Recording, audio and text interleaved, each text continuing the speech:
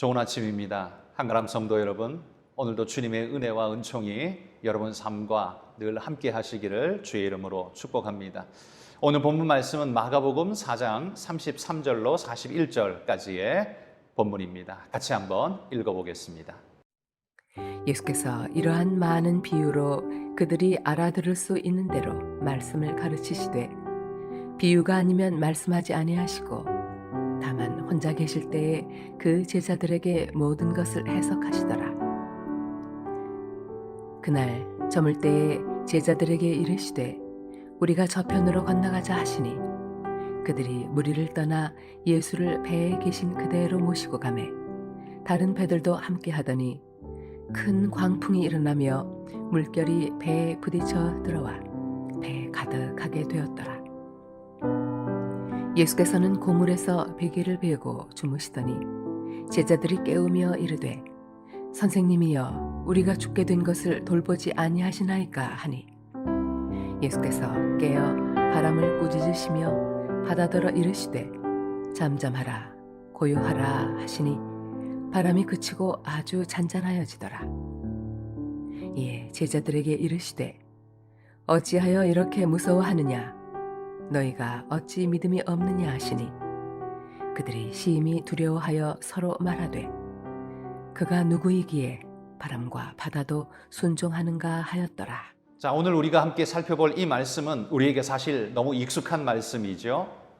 사역하시던 주님과 제자들이 배를 타고 갈릴리 바다를 건너가시는데 주님은 피곤하여 잠이 드셨습니다. 그런데 갑자기 돌풍이 불어서 이 배가 깨어질 만큼 위급한 상황에 도달하게 됩니다. 그때 제자들은 이것을 컨트롤해 보려다가 감당이 안 되자 예수님을 깨워냅니다. 살려달라고 깨워내죠. 그때 주님은 일어나셔서 그 풍랑을 잠잠케 하시고 제자들에게 말씀하고 계신 바로 그 부분이 오늘 본문입니다. 오늘 이 본문을 놓고서 우리가 생각해 봐야 될 지점은 두 가지가 있다. 저는 그렇게 생각합니다. 먼저 이 풍랑은 주님과 함께하는 그 배도 예외가 없었다라는 사실을 우리가 일단 주목해야겠죠. 제가 늘 자주 이 본문으로 이야기할 때마다 이 말씀은 드렸습니다. 풍랑은 사건 사고는 예수 믿는다고 해서 비껴가는 것이 아닙니다.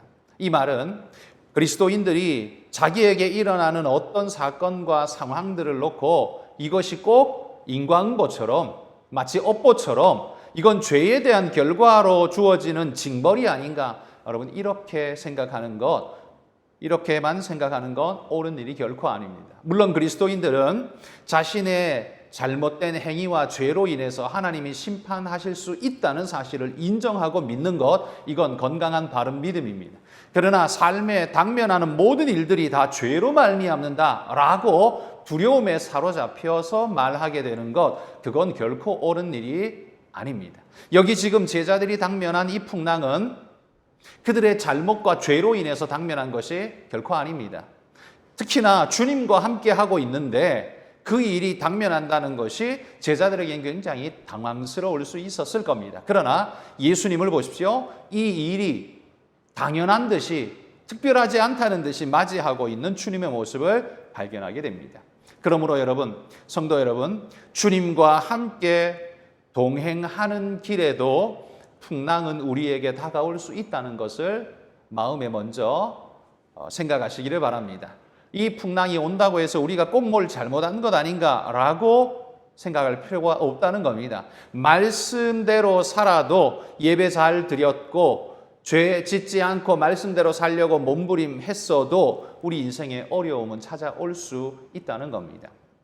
그리고 그 당면한 그 문제들이 이런 일이 왜 내게 오지?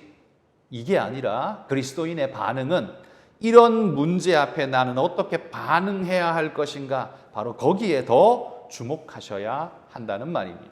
오늘 주님도 바로 거기에 주목하고 계신 것을 보십시오. 제자들은 이 사건에 대해서 어떻게 반응했습니까? 두려움에 사로잡혀서 호들갑을 떨며 주님을 깨우고 있고 난리를 치고 있습니다. 그러나 주님은 깨어나셔서 어떻게 하셨습니까? 그 문제를 해결하신 다음에 제자들을 바라보며 꾸짖으셨습니다. 너희가 왜 이렇게 두려워하느냐? 무서워하느냐? 너희에게 어찌 믿음이 없느냐? 이렇게 말씀하고 계신 걸 보게 되죠. 여러분, 지금 주님이 꾸짖고 계신 것이 좀 이상해 보이시지는 않습니까? 풍랑 속에 두려워하는 것 당연한 것 아니냐라고 우리가 말할 수 있습니다. 그러나 주님이 꾸짖고 계신 건 뭐냐면 주님이 함께 하고 계신데 주님을 믿고 주님을 의지하기보다 더욱더 두려움에 사로잡혀서 믿음이 소멸되어져 버린 그의 모습을 주님이 지금 지적하고 계신 겁니다. 문제가 일어나는 건 자연스러운 일이지만 그러나 그 문제 때문에 믿음이 사라져버리는 건 결코 자연스러운 일이 아니라는 말이죠. 문제가 발생하는 건 인간 사이에서 당연한 일이라 말할 수 있지만 그 문제를 어떻게 반응할 것이냐는 이제 새로워져야 할 문제라고 주님이 지금 말씀하고 있다는 겁니다.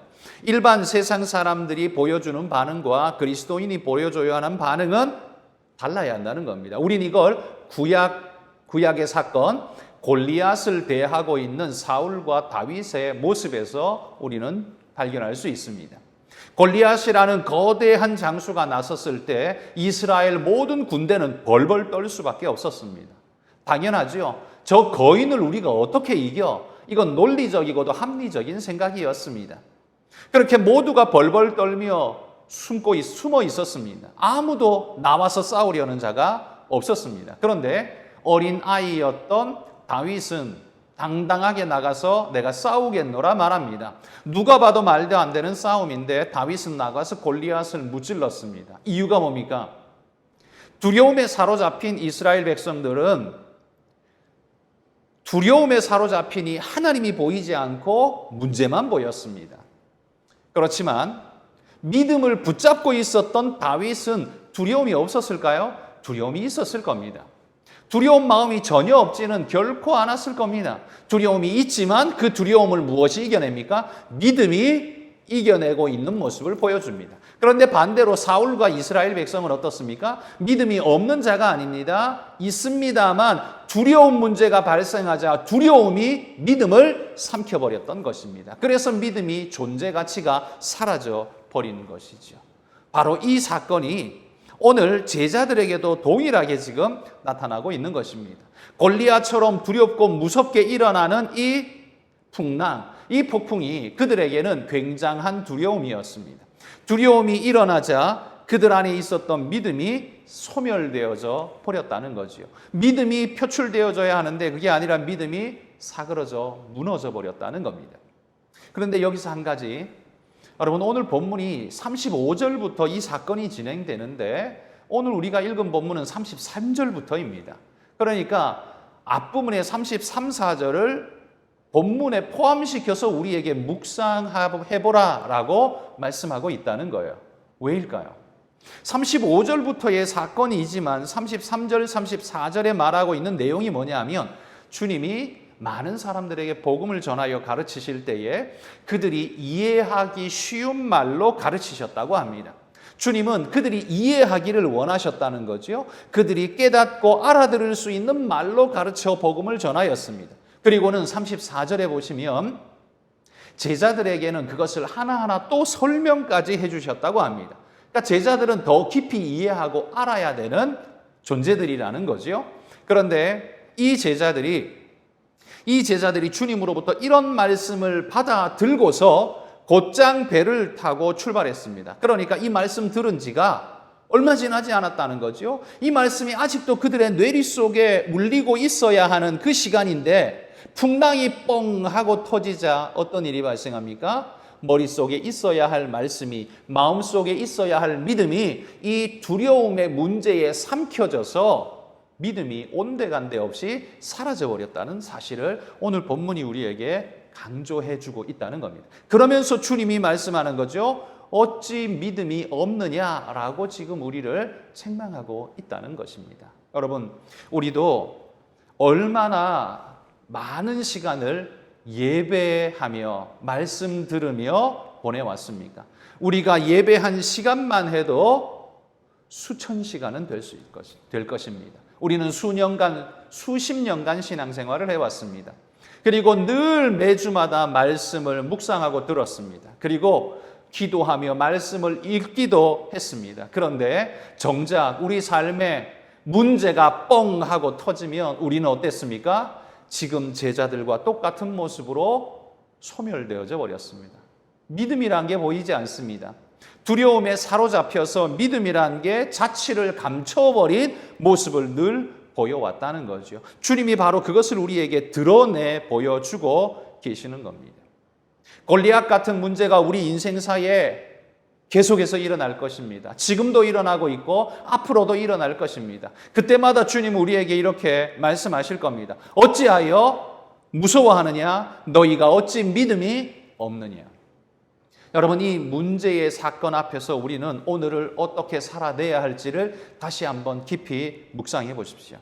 내 삶의 경제적인 문제, 건강의 문제, 사고, 여러 두려움의 문제들이 끝도 없이 우리를 찾아올 것입니다.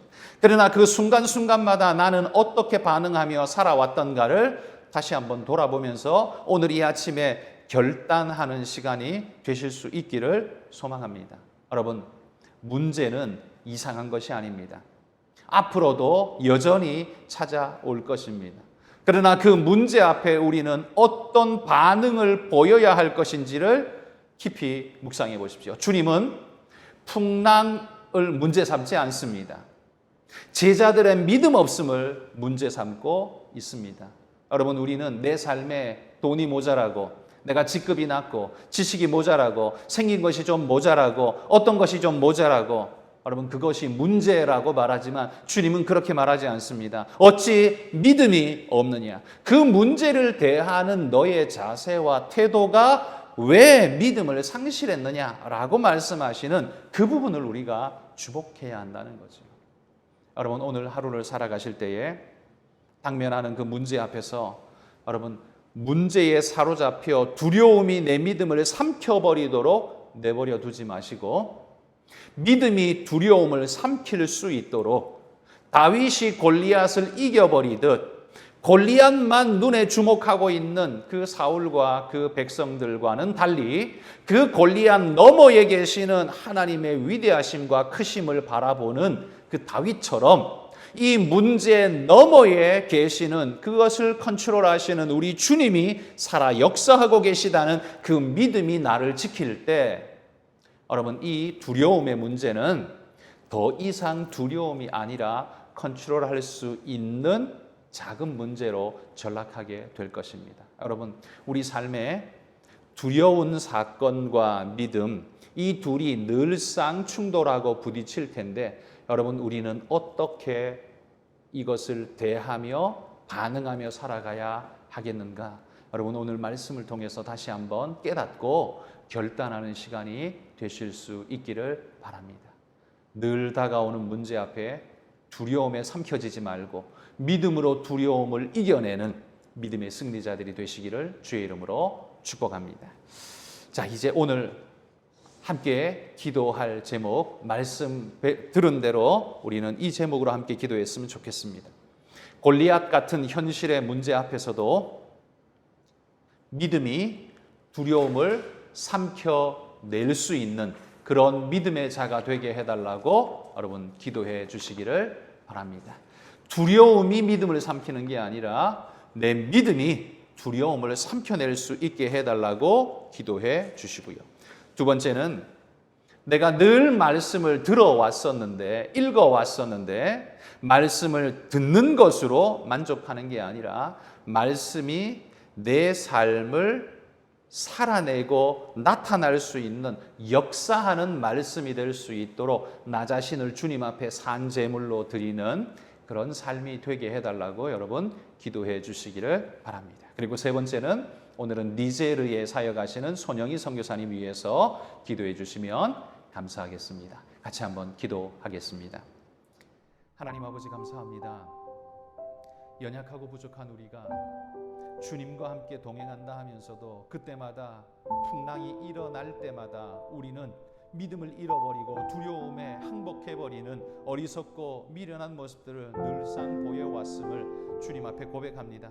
이것이 우리의 현주소인 것을 주님 앞에 고백합니다.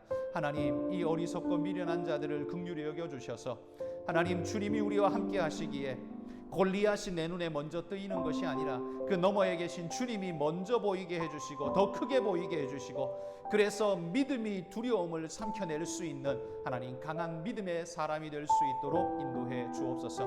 오늘도 두려움의 사건들이 우리를 떨게 만들 것입니다.